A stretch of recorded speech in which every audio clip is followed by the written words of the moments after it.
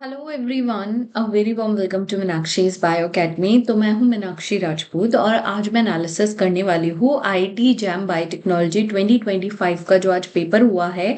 2 फरवरी 2025 को आपका पेपर था।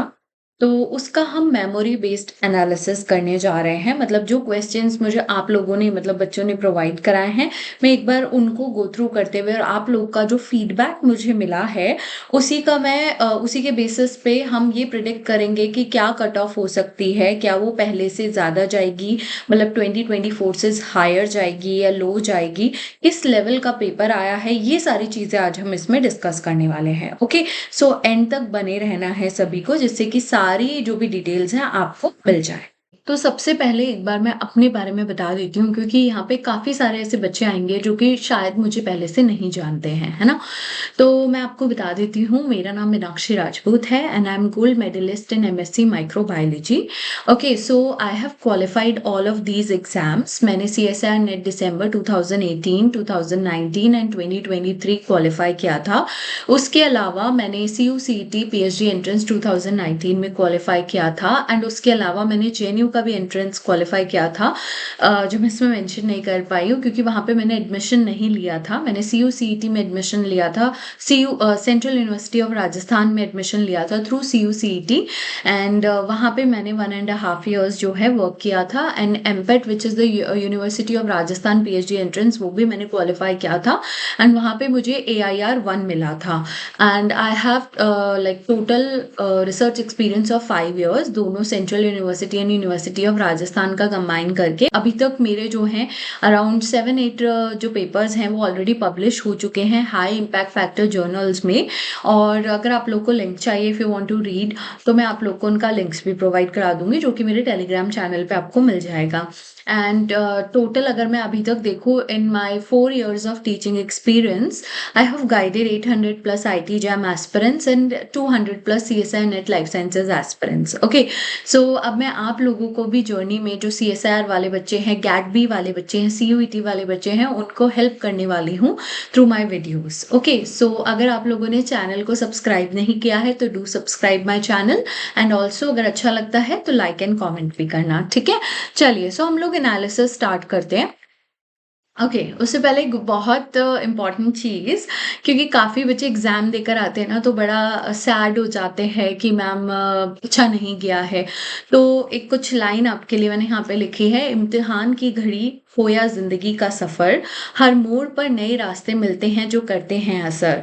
आज जो भी हुआ वो कल की तैयारी का हिस्सा था, सपने सच होंगे बस खुद पे विश्वास रखना होगा। तो देखो, आज जिसका एग्जाम अच्छा गया या किसी का ज्यादा अच्छा नहीं किया, आप लोग को अभी उस चीज को लेकर बैठना नहीं है, ठीक है।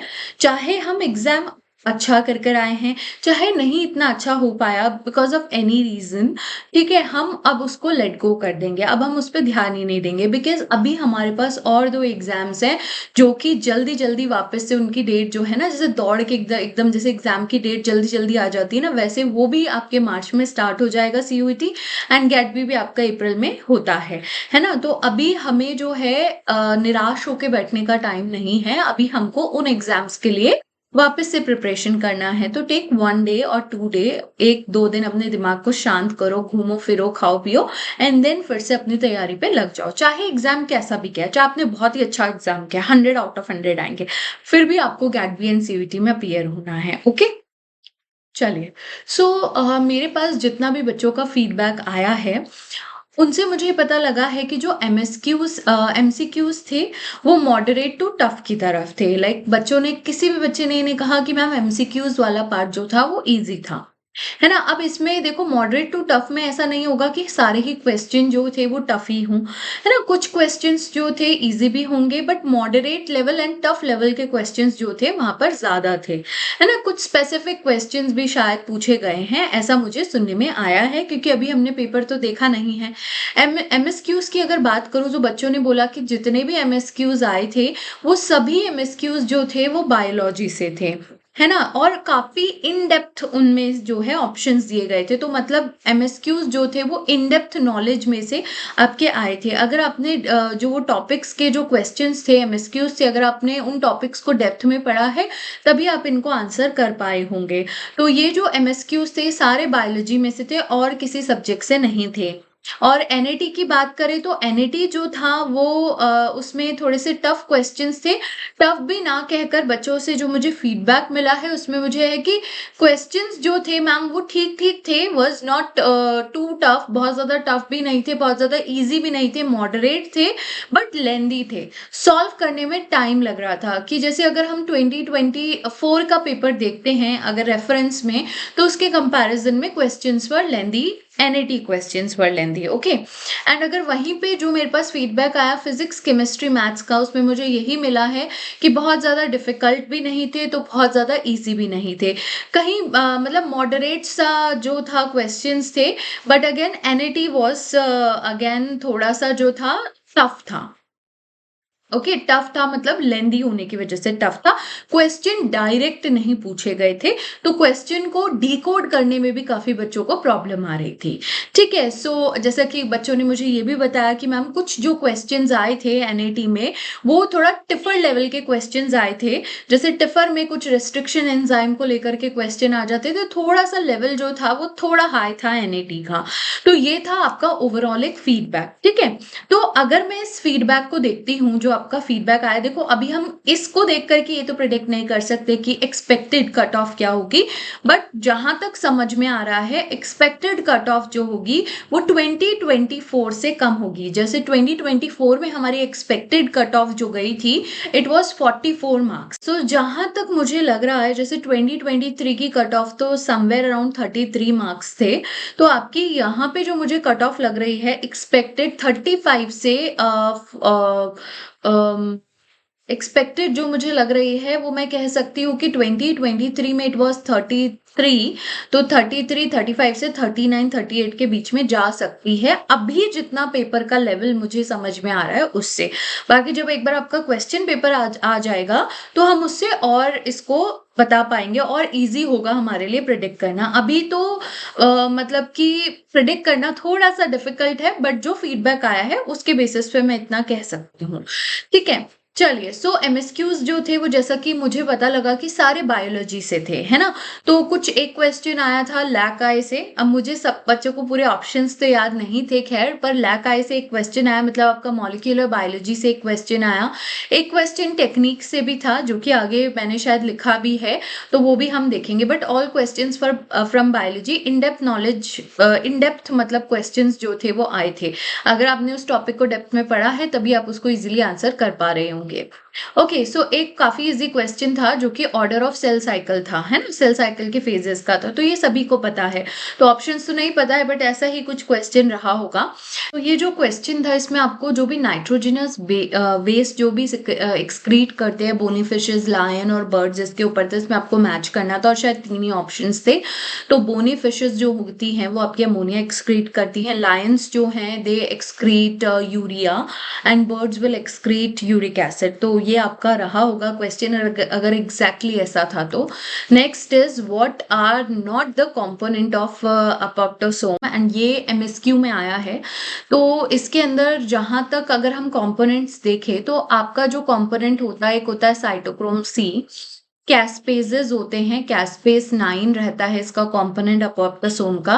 उसके अलावा एक और फैक्टर रहता है दैट इज APAF1। उसके अलावा DATP और ATP जो रहता है वो कंपोनेंट रहता है अपोप्टोसोम का।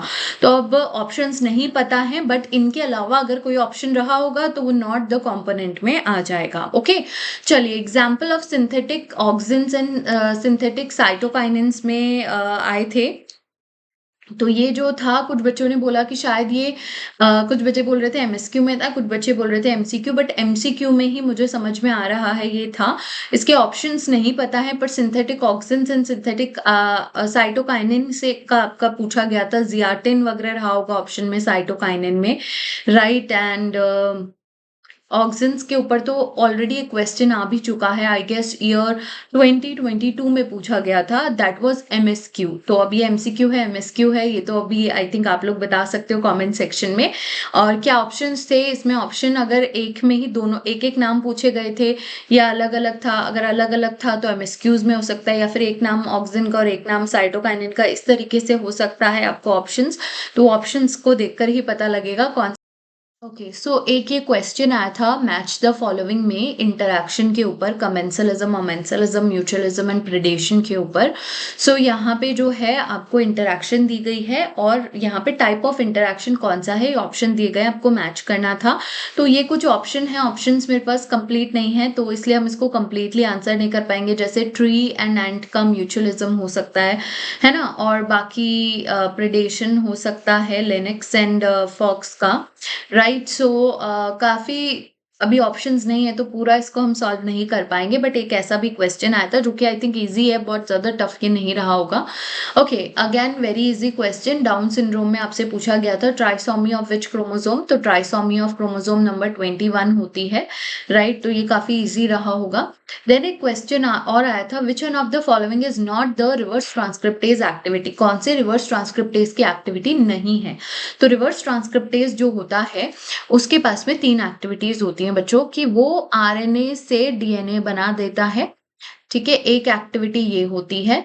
दूसरा वो क्या करता है, डीएनए को रीड करके, मतलब उसके पास में एक तो ये एक्टिविटी होती है आरएनए डिपेंडेंट, मैं बोल सकती हूँ आरएनए डिपेंडेंट डीएनए पॉलीमरेज की एक्टिविटी होती है उसके पास में, ठीक है। दूसरा होती है उसके पास में डीएनए डिपेंडेंट डीएनए पॉलीमरेज की एक्टिविटी होती है, एंड एक उसके पास में आरएनएस की एक्टिविटी भी होती है। तो अगर ये ऑप्शन मैं देखती हूँ तो आपका ये वाला जो ऑप्शन होगा ये इनकरेक्ट, मतलब आपका आंसर होगा कि डीएनए से आरएनए बनाने की एक्टिविटी उसके पास में नहीं होती है। आरएनए से डीएनए बना सकता है, डीएनए से डीएनए बना सकता है, एंड आरएनएस। ओके, नेक्स्ट था HIV affect which type of the immune cell, कौन से टाइप के इम्यून सेल को अफेक्ट करता है? तो यहाँ पे आपका आंसर हो जाएगा टीएच सेल, जिनके पास में CD4 रिसेप्टर रहता है, राइट, CD4 प्रोटीन रहता है, सॉरी।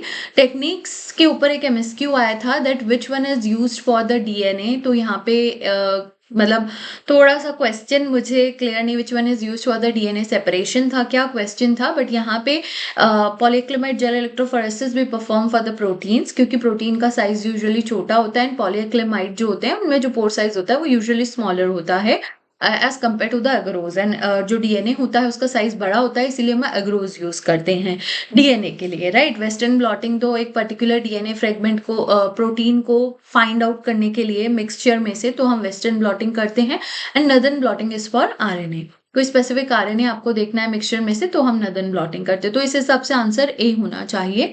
चलिए, एक क्वेश्चन था फाइलोजेनेटिक ट्री पे, तो अभी मेरे पास एग्जैक्ट किसी ने मुझे फाइलोजेनेटिक ट्री तो नहीं भेजा है तो हम आंसर नहीं कर पाएंगे, बट इस तरीके का क्वेश्चन अगेन टिफर में ज्यादा पूछा जाता है, दैट उसके अंदर ए रिलेटेड टू बी होगा, B is equally related to A and C, तो इस तरीके के क्वेश्चन ऑप्शंस थे जो मुझे सुनने में आया है, तो वो फाइलोजेनेटिक ट्री देखकर ही हम यहाँ पर प्रिडिक्ट कर पाएंगे, ठीक है। Adrenal gland releases which hormone, again it is easy, तो यहाँ पे आपका कॉर्टिसोल हो जाएगा, ठीक है। स्पोरोफाइट ऑफ एंजियोस्पर्म प्लॉइडी, तो जो प्लॉइडी पूछी गई थी स्पोरोफाइट ऑफ एंजियोस्पर्म की, ठीक है। एंजियोस्पर्म आपके फ्लावरिंग प्लांट्स होते हैं, तो यहाँ पे जो स्पोरोफाइट की जो प्लॉइडी होती है दैट इज 2n डिप्लॉइड होता है, फिर वो क्या करता है कि मियोसिस करता है एंड हैप्लॉइड स्पोर्स बनाता है, तो answer should be C, that is 2n। ये था एक क्वेश्चन, एंड एक क्वेश्चन ये भी आया था, how many PCR cycle needed to get the desired amplified product of chromosomal DNA.